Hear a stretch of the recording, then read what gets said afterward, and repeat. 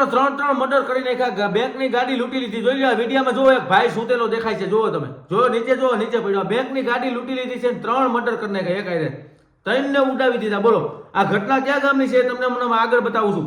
જોવો તમે કઈ રીતે લૂંટી જાય છે. જો હાથમાં પિસ્તોલ લઈને. નમસ્કાર મિત્રો, હું છું તમારો દેવ અને બ્લેડમાં ફરી બ્રેક બાદ તમારું સ્વાગત છે. દર્શક મિત્રો, ગુજરાતની અંદર, દેશભરની અંદર અનેક ખબરો તમને જોવા મળતી રહેશે આની અંદર. દર્શક મિત્રો, ક્યારેક એવી ઘટના બની જાય છે કે આપણે સાંભળીએ રૂવાંટા ઊભા થઈ જાય છે.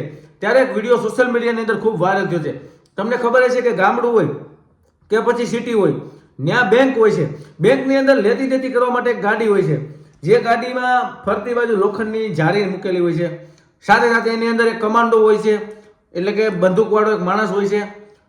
એ બંદૂકવાળો માણસ એની રક્ષા કરતો હોય છે. એક પૈસાની લેતી દેતી કરવાવાળો માણસ હોય છે અને એક ડ્રાઈવર હોય છે. આમ ટોટલ 3 જણા હોય છે અને કરોડો રૂપિયા ગાડીની અંદર ભરેલા હોય છે. તો એક વિડીયો વાયરલ થયો છે અને આ વિડીયો હકીકત સાચો છે. આ વિડીયો થોડા દિવસો પહેલાનો છે. આ વિડીયો ગુજરાતનો નથી હોય એવું લાગી રહ્યું છે, ગુજરાત બહારનો વિડીયો છે. તો પણ છે આપણા દેશનો જ, ગુજરાતનો નથી પણ આપણા દેશનો જ છે.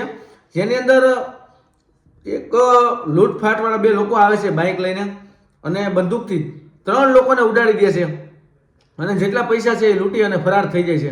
આ ઘટના વિશે તમારું શું કહેવું? હું એમ કહું સરકારને કે આ લોકો જે છે ને એને કડકમાં કડક સજા મળે, કડકમાં કડક એટલી મોટી સજા મળે કે જિંદગીમાં કોઈ દી આવી ભૂલ ન કરે. મિત્રો, તો તમારું આ ઘટના વિશે શું કહેવું કોમેન્ટ કરી અને બતાવજો. તમે મારી બાજુમાં વિડીયો પણ જોઈ શકો છો કે કઈ રીતે લૂંટે છે અને કઈ રીતે ભાગી રહ્યા છે. હોન્ડા લઈને, બાઇક લઈને આવે છે અને હોન્ડા લઈને ભાગી જાય છે.